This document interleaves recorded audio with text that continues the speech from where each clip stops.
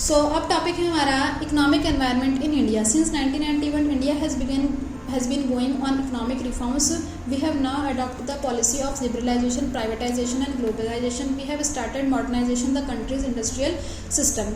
Unproductive control are being removed. Private investment including foreign investment is being encouraged.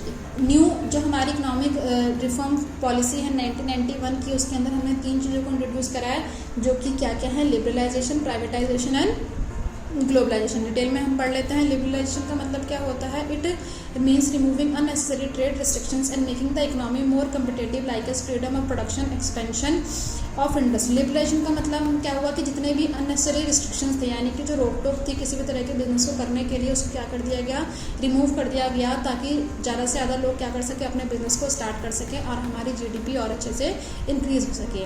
Second क्या था? Privatisation. Privatisation में क्या हुआ? It means removing strict control over private sector and making them free to take necessary decision like as reduction in the number of reserve public sector industries, increasing the share of private sector investment.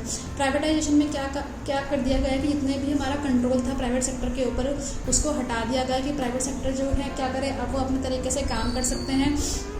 जो भी उनके decisions थे अब private sector अपने लिए खुद ले सकता है। उसको गवर्नमेंट के हर किसी डिसीजन के लिए उसको गवर्नमेंट से जो परमिशन लेने की ज़रूरत नहीं रहेगी। तो इससे क्या हुआ कि जो किसी तरह के डिसीजन को लेने के लिए जो बहुत सारा टाइम लगता था, अब वो टाइम नहीं लगता था। अब अगर हमें कोई डिसीजन लेना है किसी भी प्राइवेट सेक्टर को, तो वो तुरंत ले सकता है और अपने कस्टमर्स को और अपने कंट्री के लिए वो अच्छे से सर्व कर सकता है। थर्ड है globalisation, free interaction among economics of the world in the field of trade, finance, production, technology and investment is termed as globalisation. क्या किसी भी तरीके के इंटरेक्शन जो किसके बीच में हो रहा है, इकोनॉमिक्स के बीच में।